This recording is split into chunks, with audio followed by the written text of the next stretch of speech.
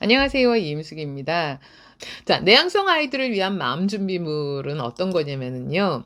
이 친구의 특징은 한참 생각하고 난 다음에 행동을 해요. 그러니 그 생각하는 그 특징을 강화시켜 줘야지 "너 왜 이렇게 자꾸 미적거리고 행동을 빨리 하지 않니?" 이렇게 혼내시면 안 된다는 거죠. 자, 내향성 아이들의 특징을 조금 더 정리를 해 보자면은요. 어 다양한 친구를 많이 사귀지는 않아요. 대신 한 명 또 한 명 이렇게 한두 명의 친구들하고 좀 깊게 사귀기를 되게 잘하는 특징을 보이고요. 이 친구들은 혼자 놀거나 친구들 막 저기서 놀고 있을 때 혼자 조용히 책을 본다거나 이렇게 혼자 노는 모습이 종종 나타나기도 합니다. 그리고 깊이 생각하는 걸 좋아하기 때문에 창의적인 활동을 할 때 되게 강점을 보여요. 혼자 조용히 있다가 "이렇게 하면 안 돼요."라고 얘기하는데 정말 뛰어난 아이디어일 때가 정말 많거든요. 다만 아이가 그 생각한다는 걸 인정해 주고 시간을 충분히 주고 나서 아이가 표현하도록만 도와준다면 우리 아이가 아무 생각 안 하고 있는 게 아니라는 걸 또 발견할 수 있을 겁니다. 그래서 이 아이들은요, 친구들 많이 사귀게 하려고 막 여러 명이 어울려서 놀게 하는 거 되게 많았잖아요. 자, 그런데 엄마는 막 친구 초대해서 놀게 했는데 나중에 보면 우리 아이만 또 따로 떨어져 나와서 혼자 책 보고 있어요. 그럼 되게 속상하신데요. 몇 분간 한 1-20 분간 같이 노는 동안 아이는 에너지가 소진이 된 거예요. 그러면은 이 친구는 '아 좀 쉬었다가 나중에 놀고 싶을 때 다시 놀아.' 이렇게 부모님이 여유 있게 대해 주셔야지 "너 왜 자꾸 혼자 따로 노니? 빨리 가서 같이 놀아." 하고 아이를 떠밀지는 마시기 바랍니다. 자, 그래서 내향성 아이를 위한 마음 준비물은요. 미리 설명해 주시는 게 되게 중요해요. "학교에 가면 이런 상황이 벌어질 거야. 이런 현상들이 나타날 거야."를 아이가 미리 알게 하면은 아이는 되게 안정감을 쉽게 가져요. 그래서 요즘 검색을 해 보시면 학교 활동을 소개하는 동영상이 많이 보이는데요. 그 영상이 좋은 이유는 학교 교실과 선생님과 아이들의 상호작용을 좀 보여주는 영상들이 있어요. 검색해 보면 쉽게 찾으실 거예요. 자, 그래서 학교에 가면은 이렇게 선생님이 앞에 계시고 책상은 이렇게 있고 여기에 너가 앉아서 선생님이 말씀을 잘 듣고 친구랑 뭐 의논을 한다거나 이렇게 활동을 하면 되는 거야를 조금 미리 보여주면 아이가 되게 안심하고 학교 생활을 잘 적응할 수 있을 거고요. 어 어딜 가나 적응하는 데 시간이 걸려요. 그러니 이 아이는 "짝꿍이랑 사이좋게 놀아. 친구 많이 사귀어. 재밌게 지내." 이렇게 막연한 말을 하는 거는 아이들한테는 좀 막연한 걱정을 좀 심어 주는 것 같아요. 그래서 최소한 적응하는 데 넉넉한 시간을 주셔야 합니다. 어떻게 하냐면은 너 학교를 인제 개학해서 다니기 시작하면 한 일 주일 동안 학 친구들도 잘 살펴보고 선생님도 잘 살펴봐. 그래서 '아 수업 시간에는 이렇게 하는구나. 친구들하고는 이렇게 하면 되는구나.'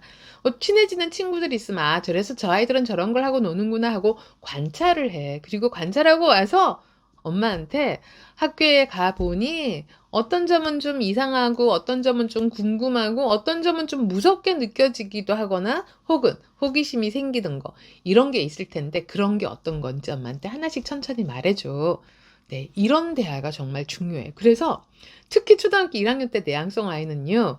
학교에서 있었던 일들 여러 가지 감정을 느끼는 일들을 부모님한테 이야기하는 거를 되게 강화시켜 줘야 돼요. 그리고 부모님이 걱정이 앞서는 마음에 "너 이렇게 해야 돼. 저렇게 해야 돼."를 자꾸 말을 하게 되면요. 아이가 서서히 학교 생활을 말을 하지 않아요. 그래서 내향성을 가진 많은 아이들의 부모님이 제일 답답해하는 게 애가 학교에서 있었던 일을 말을 하지 않아요. 이거 되게 많이 하소연하시거든요.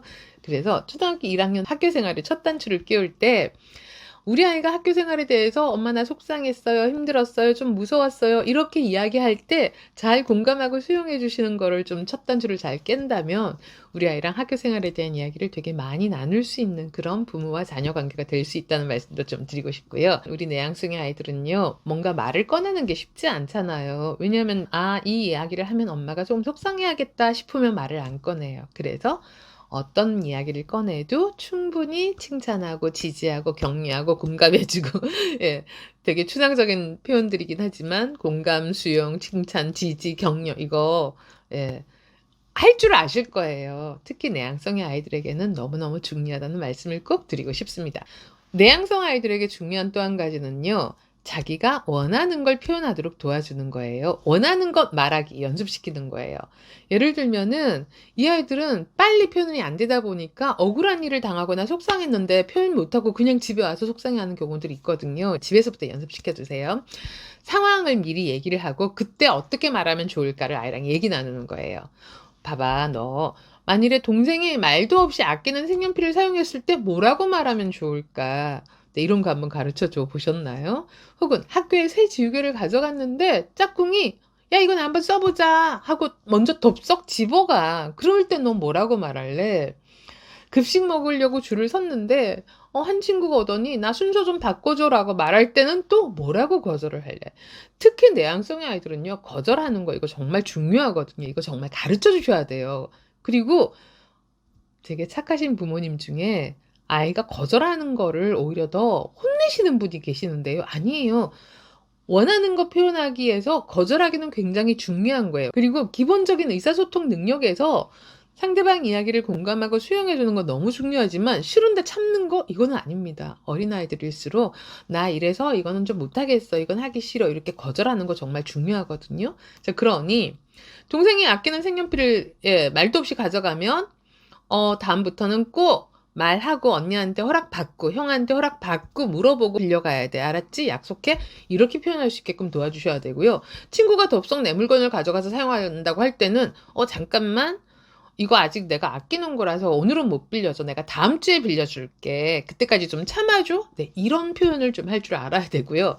급식 먹으려는데 친구가 "나 배고프니까 나 먼저 설래."라고 얘기를 한다면 뭐라고 거절해야 될까요? "나도 배가 고파. 오늘은 순서를 못 바꿔주겠어. 내가 다음에 한 번은 바꿔줄게." 이 정도로 표현하는 능력은 꼭 연습을 시켜주셔야 된다는 거 정말 강조를 드리고 싶습니다. 특히 착한 성격을 가지신 부모님께 제가 정말 강조드리고 싶은 거는요, 거절하는 건 나쁜 게 아니에요. 물론 거절을 되게 좀 거칠게 하는 거는 상대방의 기분이 나빠지지만요.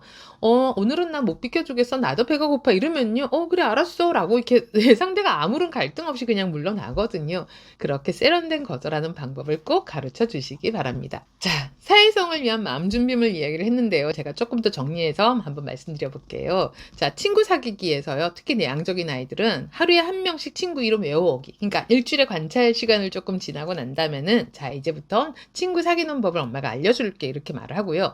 짝꿍 이름 외워오기. 왜냐면 이게 왜냐면 호칭에서 관계가 성립되는 경우가 되게 많거든요. 그래서 "누구야?"라고 이름을 정확하게 부르면 내 이름을 기억해 준 아이한테는 고마움이 생기고 그러면 이렇게 되게 아이들이 친밀감이 생겨요. 그래서 친구 한 명 이름 한 번에 한 명씩만 외우면 돼요. 그렇다고 너무 과하게 "날마다 외워와." 이러지 마시고요.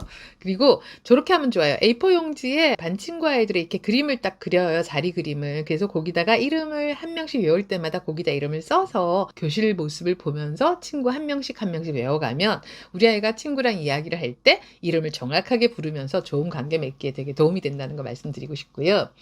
자, 그다음에 제가 지난번에 친구 몸, 친구 물건 절대 만지지 않기는 정말 강조를 드렸잖아요. 그래서 혹시 빌리고 싶거나 호기심이 가는 게 있으면 "이건 뭐야? 나 한번 봐도 돼?" 이런 걸 꼭 질문하고 허락받고 이야기하도록 그렇게 좀 가르쳐 주시고요. 줄서기를 좀 강조를 드리고 싶어요. 왜냐면 친구들과의 다툼이 가장 많이 일어나는 상황이 줄 서는 상황이에요. 보세요. 급식 시간에 줄 서죠. 체육 시간에 줄 서죠. 숙제 검사할 때 줄 서죠. 아이들이 의외로 줄 서는 경우들이 많아요. 화장실 가도 또 줄을 서야 되고요. 자, 그래서 줄을 설 때 내가 좀 빨리 가고 싶다고 할 때는 "나 너무 급한데 나 좀 이렇게 순서 좀 바꿔줄 수 있어?"라고 질문하고 허락받고 바꾸는 거. 이런 것도 인제 아이들한테 좀 짚어서 가르쳐 주시면은 우리 아이가 학교 생활에서 친구 관계 혹은 선생님하고의 관계에서 아주 건강하게 잘 활동할 수 있을 거라고 생각됩니다. 자, 외향성과 내향성으로 나누어서 우리 아이의 사회성을 위한 마음 준비에 대한 이야기를 좀 나눴는데요. 학교 가기 전에도 그리고 학교 가고 나서도 계속 이런 부분들은 이야기를 나눠서 아이가 이렇게 몸에 습관이 되도록 개념도 정확하게 좀 갖게 되고 그래서 더 말과 행동이 건강하게 표현될 수 있도록 그렇게 도와주시면 고맙겠습니다. 네, 감사합니다.